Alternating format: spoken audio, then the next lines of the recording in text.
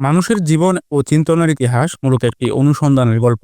সভ্যতার ক্রমবিকাশের শুরু থেকে মানুষ প্রকৃতির রহস্যময় অন্ধকারে অজানার সন্ধানে ছুটেছে। মানুষ সবসময় জানতে চেয়েছে এই দুনিয়া কিভাবে এলো, আমি কে, আমি এখানে কেন। আদিম মানুষ থেকে শুরু করে আজকের আধুনিক মানুষের অজানাকে জানার ইচ্ছায় মানুষকে নতুন নতুন প্রশ্ন করতে শিখিয়েছে। কখনো মানুষ জানতে চেয়েছে জীবনের মানে কি, কখনো বা জানতে চেয়েছে এই বিশাল মহাবিশ্বের পেছনে কেউ কি আছে। আসলে সব প্রশ্ন এসে থামে দুটো জায়গায়: এক, আমরা কারা; দুই, আমরা এখানে কেন।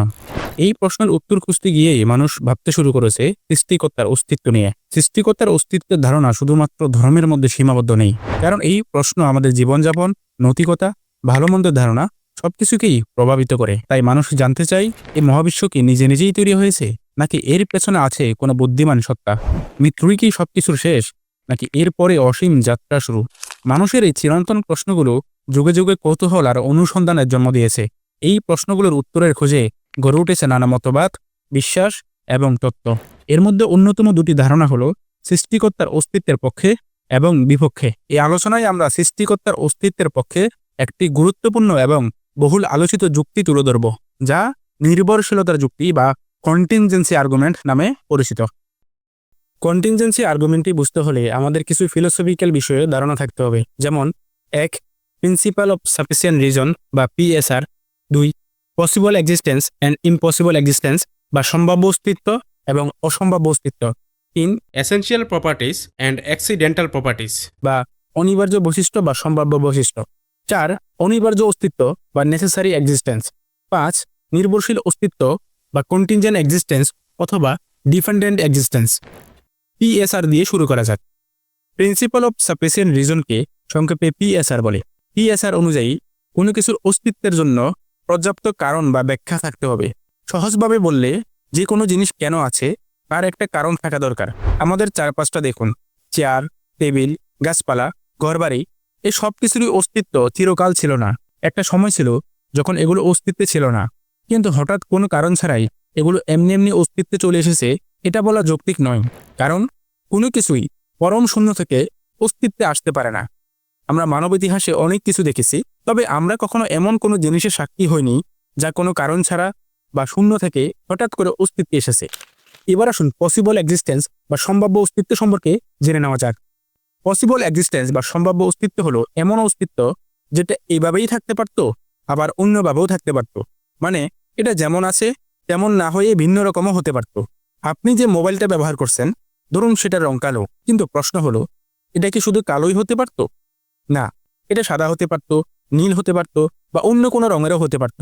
এই যে ভিন্ন ভিন্ন সম্ভাবনাগুলো, এগুলোই হলো এই মোবাইলের সম্ভাব্য অস্তিত্ব।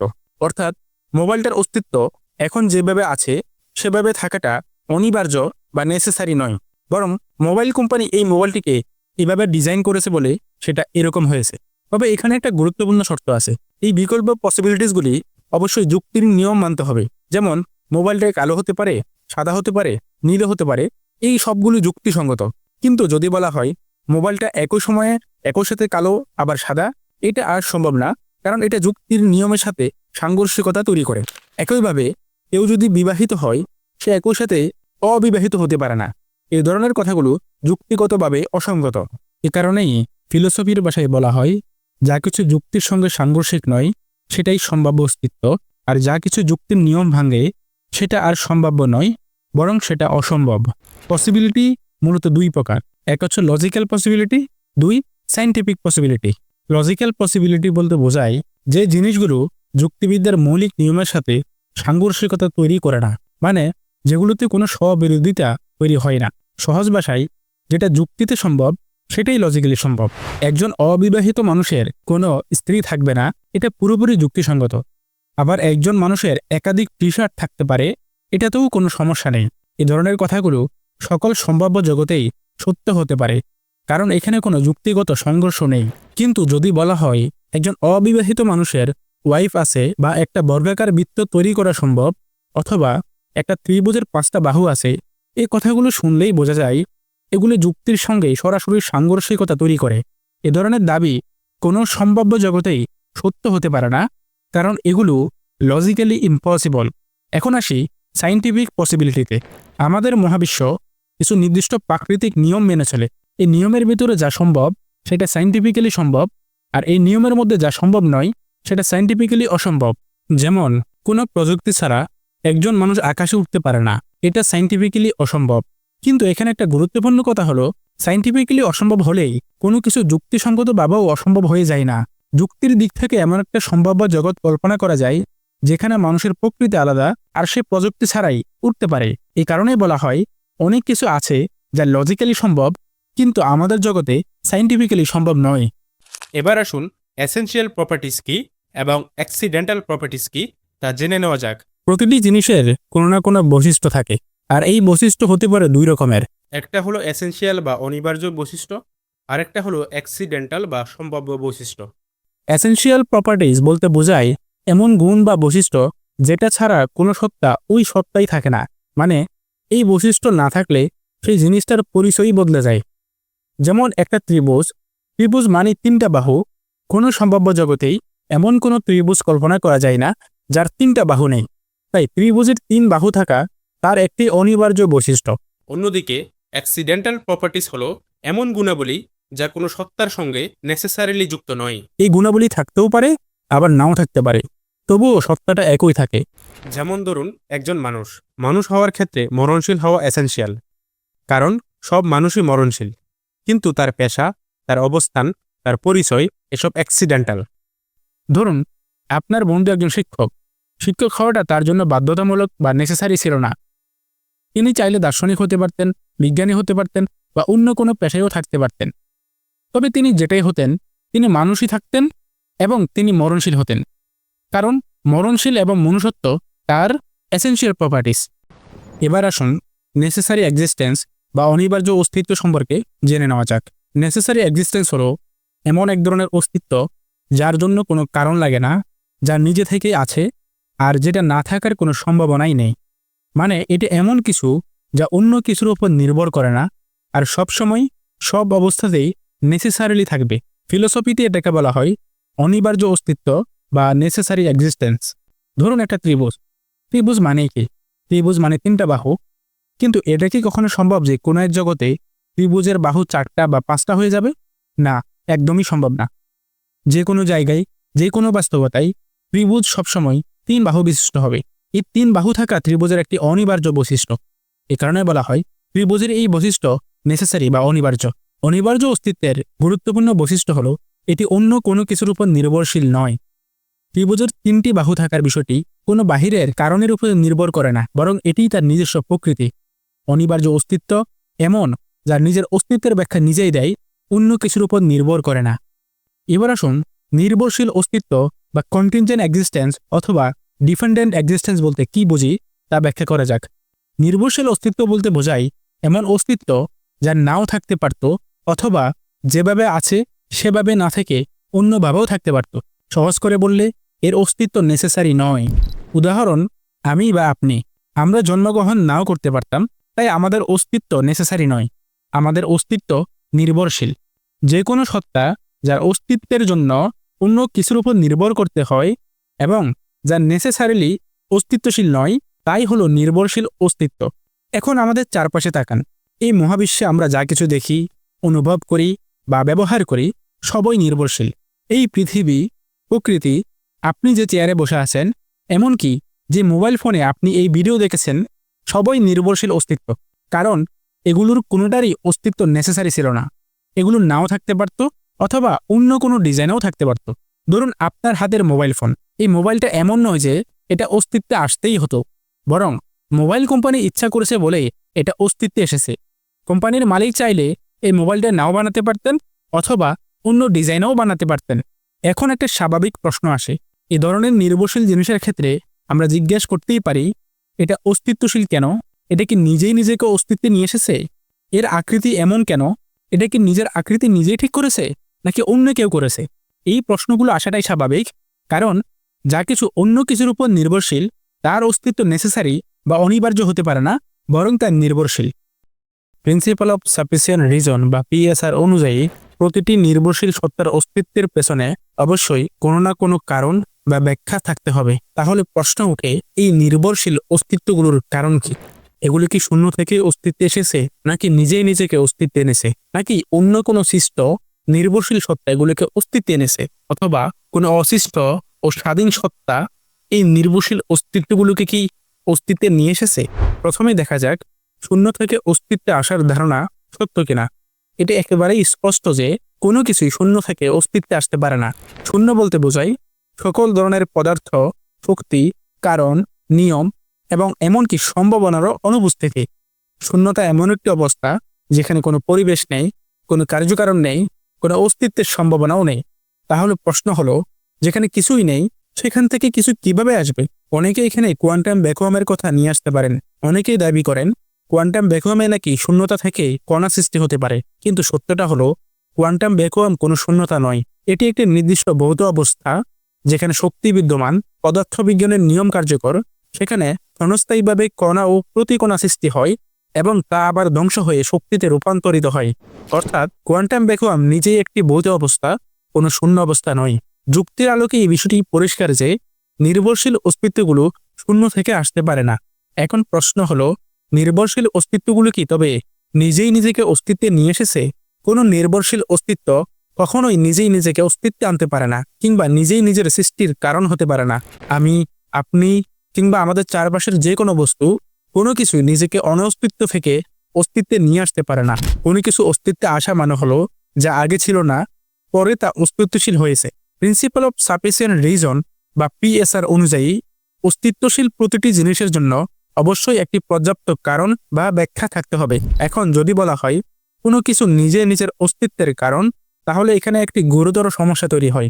কারণ এই ক্ষেত্রে সেই সত্তাকে অস্তিত্বে আসার আগেই অস্তিত্বশীল হতে হবে নিজের অস্তিত্বের কারণ হিসেবে। এই ধারণা স্ববিরোধী এবং যুক্তিগতভাবে অসম্ভব। মনে করুন একটি কলম নিজে নিজেকে অনস্তিত্ব থেকে অস্তিত্বে নিয়ে এসেছে। অনস্তিত্ব থেকে অস্তিত্বে আসার জন্য এখানে দুটি শর্ত পূরণ করতে হবে। প্রথমত, অস্তিত্বে আসার আগে কলমটিকে অনস্তিত্বে থাকতে হবে। দ্বিতীয়ত, অস্তিত্বে আসার জন্য তাকে কোনো না কোনো কারণ বা কজের উপর নির্ভর করতে হবে। এখন যদি কলম নিজেই নিজের অস্তিত্বের কারণ হয়, তাহলে অস্তিত্বে আসার জন্য কলমকে আগে থেকেই অস্তিত্বশীল হতে হবে তার নিজের অস্তিত্বের কজ বা কারণ হিসেবে। কিন্তু একই সাথে কলম যেহেতু অনস্তিত্ব থেকে অস্তিত্বে এসেছে, তাই তাকে অস্তিত্বে আসার জন্য অনস্তিত্বেও থাকতে হবে। অর্থাৎ এই সিনারিওতে কলমকে একই সাথে একই সময়ে অস্তিত্বশীল হতে হচ্ছে এবং অস্তিত্বহীন হতে হচ্ছে। কিন্তু এটি একসাথে দুটি বিপরীত অবস্থা দাবি করে, যা যুক্তিবিদ্যার দ্বিতীয় সূত্র ল অফ নন কন্ট্রাডিকশনকে সরাসরি ভায়োলেট করে। ল অফ নন কন্ট্রাডিকশন অনুযায়ী কোনো কিছু পরস্পর বিরোধী হলে তার অস্তিত্ব থাকা সম্ভব না। একটি কলম একই সাথে অস্তিত্ব আছে, আবার একই সাথে অস্তিত্ব নেই, এটি পরস্পর বিরোধী অবস্থান। আর এই কারণেই বাস্তবে এমন কোনো ঘটনা ঘটা সম্ভব নয়। সুতরাং সুস্পষ্টভাবে বলা যায়, কোনো নির্ভরশীল অস্তিত্ব কখনোই নিজেই নিজেকে অস্তিত্বে নিয়ে আসতে পারে না। এখন প্রশ্ন হলো, নির্ভরশীল অস্তিত্বগুলি কি তবে অন্য কোনো সৃষ্ট সত্তা থেকে এসেছে, নাকি কোনো কারণহীন স্বাধীন সত্তা থেকে এসেছে? ধরা যাক কোনো নির্ভরশীল অস্তিত্ব, যেমন আমাদের এই মহাবিশ্ব, এটা শূন্য থেকে আসেনি এবং নিজেই নিজেকে অস্তিত্বে নিয়ে আসেনি। তাহলে কি এটা অন্য কোনো সৃষ্ট সত্তা থেকে এসেছে, যা আবার অন্য কোনো সত্তা থেকে অস্তিত্বে এসেছে? ধরে নিন হ্যাঁ, এমন কোনো সত্তা থেকেই এসেছে। তাহলে আবার প্রশ্ন আসে, সেই সত্তা কোথা থেকে এসেছে? যদি উত্তর আসে অন্য সত্তা থেকে, তাহলে সেই নতুন সত্তার জন্য একই প্রশ্ন হবে যে এটি কোথা থেকে এসেছে। এই প্রশ্নের পুনরাবৃত্তি অবিরাম চলতেই থাকবে, যদি না শুরুতে এমন কোনো অসিষ্ট সত্তা থাকে যা সমস্ত সত্তার অস্তিত্বের উৎস ও কারণ। এভাবে প্রশ্নের পুনরাবৃত্তি বা কার্যকারণ সম্পর্কের চেইন অনন্তকাল ধরে চলতে থাকলে আমরা একটি ইনফিনিটি রিগ্রেসে পড়ে যাব। কিন্তু বাস্তবে ইনফিনিটি রিগ্রেস ঘটা পসিবল না। যদি এই কার্যকারণের চেইন কখনো শেষ না হয়, তাহলে আমরা মহাবিশ্বকে কখনোই বর্তমান অবস্থায় দেখতে পারতাম না। মনে করুন আপনি চট্টগ্রাম থেকে ঢাকা যাওয়ার জন্য টিকিট কাটলেন এবং বাসে উঠতে যাচ্ছেন। আপনার সামনে কিছু যাত্রী দাঁড়ানো আছে। কিছু যাত্রী বাসে উঠার পরেই আপনি বাসে উঠতে পারবেন। কিন্তু যদি এমন হয় আপনার সামনে অসীম সংখ্যক যাত্রী দাঁড়ানো, তাহলে কখনোই আপনি বাসে উঠতে পারবেন না। কারণ অসীম সংখ্যক যাত্রী বাসে ওঠার জন্য সময় লাগবে অসীম, আর অসীম সময় যেহেতু কখনোই শেষ হবে না, তাই আপনার বাসে উঠাও কখনো সম্ভব হবে না। এখন এই দৃশ্যপটের সাথে মহাবিশ্বের অস্তিত্ব তুলনা করে দেখুন তো। এখানে আপনার বাসে ওঠা সমান মহাবিশ্বের বর্তমান অস্তিত্ব, আপনার সামনে দাঁড়িয়ে থাকা অসীম যাত্রী সমান মহাবিশ্বের অস্তিত্বের কারণ। যদি মহাবিশ্বের অস্তিত্বের পেছনে অসীম কার্যকারণ ঘটতে হতো, তাহলে মহাবিশ্ব কখনোই বর্তমানে আসতে পারত না। কারণ মহাবিশ্ব বর্তমানে আসার জন্য অসীম কার্যকারণ ঘটার উপর নির্ভর করতে হবে। সুতরাং অনন্তকাল ধরে চলা কার্যকারণের উপর নির্ভর করলে একটা ইনফিনিটি রিগ্রেস ঘটবে এবং এটি বাস্তবে পসিবল নয়। অর্থাৎ আপনি বাসে উঠতে হলে আগে অসীম যাত্রীকে বাসে উঠতে হতো, আর অসীম যাত্রীর বাসে উঠা যেহেতু কখনোই শেষ হতো না, আপনিও কখনো বাসে উঠতে পারতেন না। ঠিক একইভাবে মহাবিশ্ব বর্তমানে আসার জন্য যদি অসীম কার্যকারণকে অতিক্রম করতে হতো, তাহলে অসীম কার্যকারণ ঘটাতো কখনোই শেষ হতো না। কাজেই মহাবিশ্বও কখনো বর্তমানে আসতে পারত না, কারণ এভাবে অসীম কাল ধরে চলা সৃষ্ট কার্যকারণের উপর নির্ভর করলে ইনফিনিটি রিগ্রেস ঘটবে এবং বাস্তবে এটি পসিবল নয়। অতএব মহাবিশ্বের অস্তিত্ব নির্দেশ করে যে শুরুতে এমন এক সত্তা আছেন যিনি নির্ভরশীল নন, যিনি সৃষ্ট নন, যিনি কোনো কারণের উপর নির্ভর করেন না, যিনি স্বাধীন, চিরন্তন ও অনিবার্য অস্তিত্ব বা নেসেসারি এক্সিস্টেন্স, এবং যিনি সমস্ত সৃষ্টির প্রাথমিক কারণ হিসেবে কাজ করেন। এটি সেই সর্বপ্রথম সত্তা যিনি সমস্ত নির্ভরশীল অস্তিত্বের ভিত্তি হিসেবে কাজ করেন। পবিত্র কোরআনে সূরা ইখলাসে এই সত্যতা সুস্পষ্টভাবে ঘোষণা করা হয়েছে। সূরা ইখলাসে বলা হয়েছে, বলো, তিনি আল্লাহ এক ও অদ্বিতীয়, আল্লাহ কারো মুখাপেক্ষী নন, সকলেই তার মুখাপেক্ষী, তিনি কাউকে জন্ম দেননি এবং তাকেও জন্ম দেওয়া হয়নি, আর তার কোনো সমকক্ষ নেই। এতক্ষণ আমরা কন্টিনজেন্সি আর্গুমেন্টের ভিত্তি প্রস্তুত করেছি। এখন আমরা প্রবেশ করব মূল যুক্তিতে। আমরা ইতিমধ্যে জেনেছি যা কিছু অস্তিত্বে নাও থাকতে পারত কিংবা ভিন্নভাবে থাকতে পারত, তার অস্তিত্বের জন্য একটি কারণ বা ব্যাখ্যা প্রয়োজন। এর মাধ্যমে স্পষ্ট হয় যে আমাদের মহাবিশ্বে যা কিছু আমরা পর্যবেক্ষণ করি বা অনুভব করি সবকিছুই নির্ভরশীল বা কন্টিনজেন্ট। এগুলো অস্তিত্বে নাও থাকতে পারত, তাই এগুলোর অস্তিত্বের জন্য ব্যাখ্যা প্রয়োজন। এই ব্যাখ্যার একমাত্র যুক্তিসঙ্গত সমাধান হলো নির্ভরশীল বা কন্টিনজেন্ট অস্তিত্বগুলো এমন এক নেসেসারি বিইং এর উপর নির্ভর করে যার অস্তিত্ব মহাবিশ্ব থেকে স্বাধীন, যিনি নিজে কোনো কিছুর উপর নির্ভরশীল নন, যার অস্তিত্ব চিরন্তন ও অনিবার্য। এখন আমরা দেখব কিভাবে আমাদের এই মহাবিশ্ব নির্ভরশীল বা কন্টিনজেন্ট। প্রথমত, নির্ভরশীল সত্তার একটি বৈশিষ্ট্য হলো তার অপ্রয়োজনীয়তা, অর্থাৎ তার থাকাটা নেসেসারি নয়। অপ্রয়োজনীয় বলতে বোঝায় এগুলোর অস্তিত্ব থাকতেই হবে এমন নয়, এগুলো থাকতেও পারে আবার নাও থাকতে পারে। এক শীতল সকালে আপনি ও আপনার বন্ধু মেঠো পথে হাঁটছেন, রাস্তার পাশে একটি ফুটবল দেখতে পেলেন। আপনারা নিশ্চয়ই এটা ভাববেন না যে ফুটবলটি এখানে এমনি এমনি চলে এসেছে। আপনার মনে প্রশ্ন আসতে পারে, এটি এখানে কেন? কারণ এটি এখানে নাও থাকতে পারত। যিনি এখানে রেখে গেছেন তিনি হয়তো এটা নাও রাখতে পারতেন। ফুটবল উৎপাদনকারী কোম্পানি এটিকে তৈরিও না করতে পারতেন, এবং যে ব্যক্তি এটি কিনেছেন তিনিও এটা না কিনেও থাকতে পারতেন। সুতরাং ফুটবলটি এখানে থাকা নেসেসারি নয়, এখানে থাকার জন্য এটার একটি কারণ বা ব্যাখ্যার প্রয়োজন। আর এটি প্রমাণ করে যে ফুটবলটি একটি নির্ভরশীল বস্তু বা কন্টিনজেন্ট এক্সিস্টেন্স। একইভাবে আমাদের এই মহাবিশ্বের অস্তিত্ব নাও থাকতে পারত, মহাবিশ্ব যেভাবে আছে সেভাবে নাও থাকতে পারত, এর নিয়ম, গঠন, সম্প্রসারণ সবকিছুই ভিন্ন হতে পারত, কারণ ভিন্ন অবস্থানগুলোর মধ্যে কোনো যৌক্তিক সাংঘর্ষিকতা নেই, বা এগুলো এমন কিছু নয় যা যৌক্তিকভাবে অসম্ভব। অনেকে হয়তো বলবেন, মহাবিশ্বের বর্তমান নিয়মগুলো যদি বিপরীত হয়ে যেত তবে মহাবিশ্ব ধ্বংস হয়ে যেত। কিন্তু এই দাবি কেবল এটা প্রমাণ করে যে মহাবিশ্বের বর্তমান নিয়মগুলো তার প্রকৃত অবস্থায় না থাকা বৈজ্ঞানিকভাবে বা সাইন্টিফিক্যালি ইম্পসিবল। কিন্তু আমরা ইতোমধ্যেই সম্ভাব্য অস্তিত্বের ধারণা নিয়ে আলোচনা করেছি, যেখানে দেখিয়েছি যে কোনো কিছু যা যৌক্তিকভাবে সাংঘর্ষিক নয় সেটা অস্তিত্বে থাকতে পারত। সাইন্টিফিক্যালি ইম্পসিবল হওয়ার মানে এই নয় যে তার অস্তিত্ব থাকতে পারত না। সুতরাং মহাবিশ্ব যেভাবে আছে তা এভাবে না থাকে অন্যভাবেও থাকতে পারত, এর অস্তিত্ব নাও থাকতে পারত। এটা যৌক্তিকভাবে সম্ভব ছিল। আর এখান থেকেই প্রমাণিত হয় যে আমাদের মহাবিশ্ব একটি কন্টিনজেন্ট এক্সিস্টেন্স বা নির্ভরশীল অস্তিত্ব। দ্বিতীয়ত, কোনো কিছুর বিন্যাস যদি ভিন্নভাবে সাজানো সম্ভব হয় তাহলে সেটাও পরনির্ভরশীল। মনে করুন, কোনো এক সন্ধ্যায় রাস্তার গোল চত্বরে আপনি দেখলেন ফুল দিয়ে সজ্জিত করে লেখা, আমি তোমাকে ভালোবাসি। মনে প্রশ্ন জাগতে পারে, ফুলগুলো তো গাছে থাকার কথা, তবে কেন এগুলো রাস্তার উপরে সাজানো হলো? আমি তোমাকে ভালোবাসি এর পরিবর্তে আমি তোমাকে পছন্দ করি এটাও তো লেখা যেতে পারত। ফুলগুলো এভাবে না সাজিয়ে অন্যভাবেও তো সাজানো যেত, কারণ এভাবে না হয়ে অন্যভাবে সজ্জিত হওয়া একেবারেই অসম্ভব কিছু নয়। কাজেই ফুল দিয়ে লেখা আমি তোমাকে ভালোবাসি এই বিন্যাসটি নেসেসারি বা অনিবার্য নয়, এটা অন্যরকমও হতে পারত আবার নাও হতে পারত। তাই এটা নির্ভরশীল এবং এর জন্য ব্যাখ্যা বা কারণের প্রয়োজন আছে। একইভাবে মহাবিশ্বের উপাদান ও ভৌত নিয়ম ভিন্ন হতে পারত। পৃথিবী, চন্দ্র, সূর্য, গ্রহ, নক্ষত্র সবকিছুই অন্যভাবে থাকতে পারত, কিংবা এগুলো নাও থাকতে পারত। এতে কোনো যৌক্তিক অসঙ্গতি নেই। আমরা জানি চাঁদ পৃথিবীকে নিজ অক্ষের উপর 23.5 ডিগ্রি হেলে থাকার ভারসাম্য বজায় রাখতে সহায়তা করে। এই ভারসাম্য না থাকলে পৃথিবীর তাপমাত্রা এতটাই বিপর্যস্ত হয়ে পড়ত যে এখানে প্রাণের বিকাশ অসম্ভব হয়ে যেত। তবুও এমন একটি সম্ভাব্য জগৎ কল্পনা করা যায় যেখানে চাঁদের অস্তিত্ব নেই, অথবা পৃথিবীরই অস্তিত্ব নেই। কারণ চাঁদ বা পৃথিবীর অস্তিত্ব না থাকা যৌক্তিকভাবে সাংঘর্ষিক নয়। সুতরাং মহাবিশ্বের উপাদানগুলো যেভাবে বিদ্যমান সেগুলো তার বিপরীত দিকেও থাকতে পারত। এই কারণেই বলা হয় মহাবিশ্ব পরনির্ভরশীল অস্তিত্ব বা কন্টিনজেন্ট এক্সিস্টেন্স। তৃতীয়ত, পরনির্ভরশীল সত্তার রূপগত সীমাবদ্ধতা থাকে, যেমন রং, আকার, ভর, তাপমাত্রা ইত্যাদি। আমাদের মহাবিশ্বের প্রতিটি বস্তুরই নির্দিষ্ট রং, আকার ও আকৃতি রয়েছে, তবে এগুলো যেভাবে আছে তা ভিন্নভাবেও হতে পারত। একটি ফুটবল নিজেই নিজের রং বা আকার নির্ধারণ করেনি। আবার ধরা যাক আপনি একটি কেক অর্ডার করলেন। কেক খাওয়ার পরে আপনার ছোট ভাই বলল, এই কেক খুবই সুস্বাদু। এই কেকটি নিজেই নিজের স্বাদ নির্ধারণ করে না, বরং এটা নির্ভর করে প্রস্তুতকারকের উপর। ঠিক একইভাবে মহাবিশ্বের আকার, নিয়ম, বৈশিষ্ট্য নিজে নিজে নির্ধারিত হয়নি। মহাবিশ্বের আকার, তাপমাত্রা, রং এবং নিয়মগুলো এভাবে না থাকে অন্যভাবেও থাকতে পারত। যেমন গাছের পাতা সবুজ না হয়ে অন্য কোনো রঙের হতে পারত।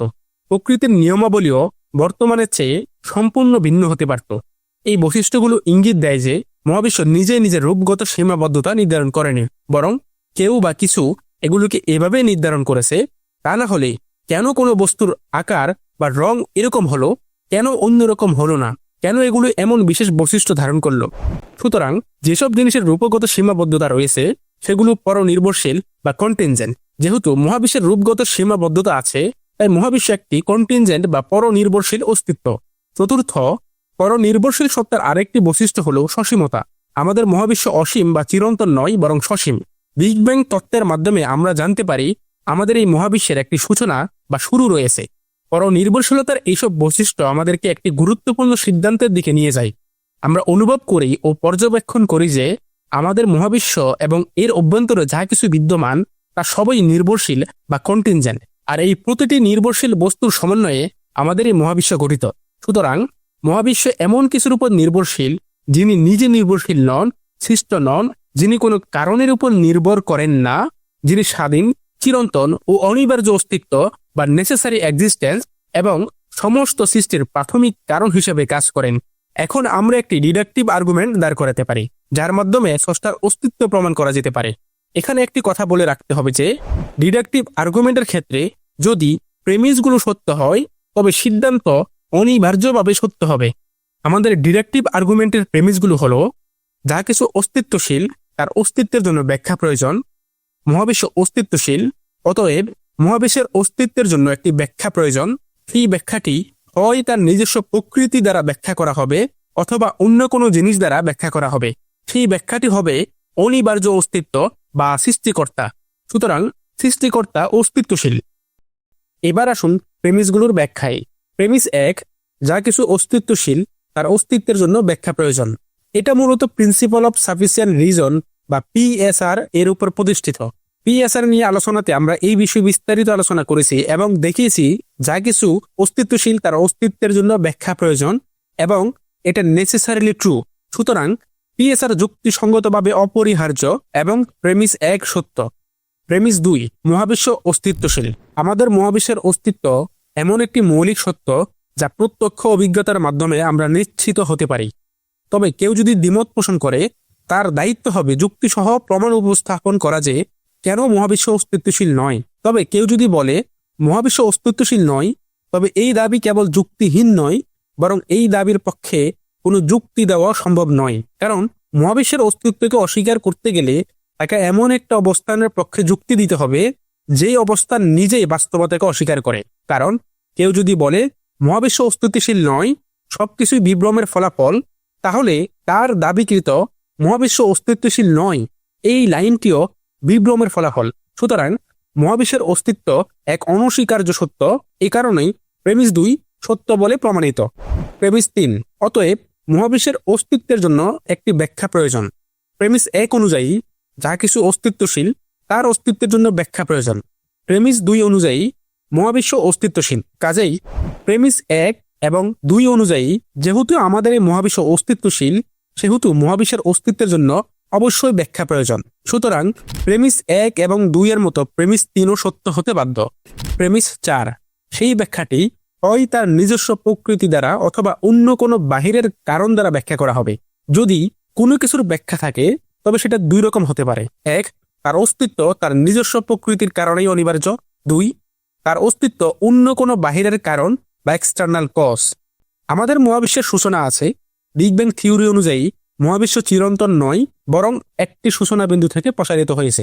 তাছাড়া মহাবিশ্বের বৈশিষ্ট্যগুলো নেসেসারি নয়, এটি নাও থাকতে পারত, আবার এটি যেমন আছে তার থেকে ভিন্ন নিয়মও গঠিত হতে পারত। অতএব মহাবিশ্ব পরনির্ভরশীল বা কন্টিনজেন্ট এক্সিস্টেন্স। কারণ এগুলো এসেনশিয়াল নয়, বরং অ্যাক্সিডেন্টাল। এসেনশিয়াল প্রপার্টিসগুলো যে কোনো পসিবল ওয়ার্ল্ডে অপরিবর্তিত থাকে, কিন্তু অ্যাক্সিডেন্টাল বৈশিষ্ট্যগুলো পরিবর্তন হতে পারে।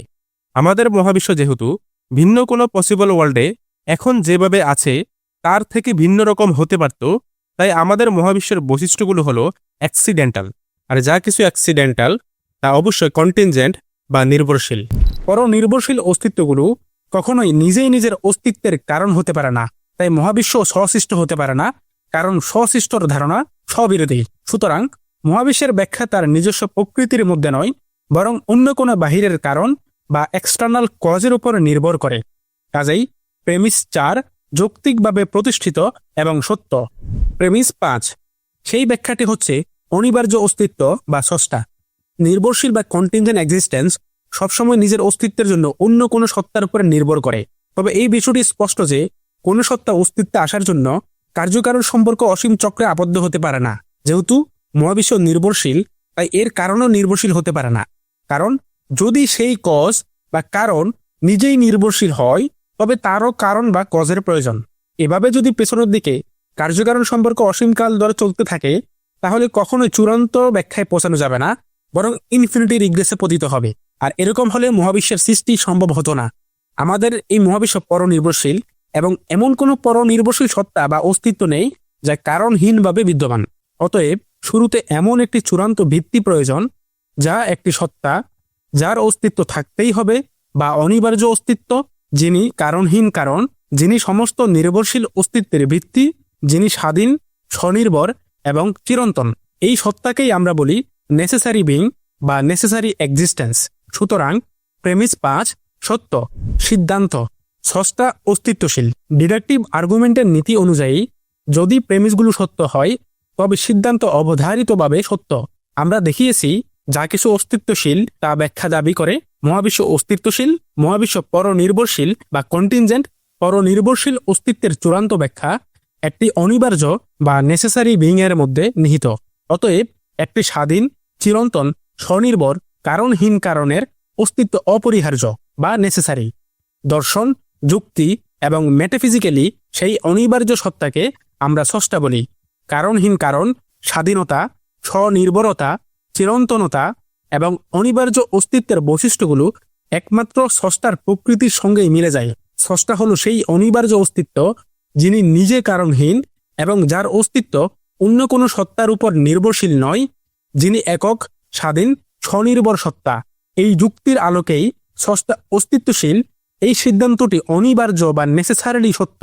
অতএব যুক্তি, দর্শন এবং বাস্তবতার সম্মিলনে এই সিদ্ধান্ত আমাদের সামনে এমন এক স্রষ্টার অস্তিত্বের ঘোষণা দেয়, যিনি অনিবার্য অস্তিত্ব বা নেসেসারি এক্সিস্টেন্স, যিনি পরম স্বাধীন, যার অস্তিত্ব চিরন্তন এবং যার দ্বারা সমগ্র সৃষ্টির শৃঙ্খলা নির্ধারিত।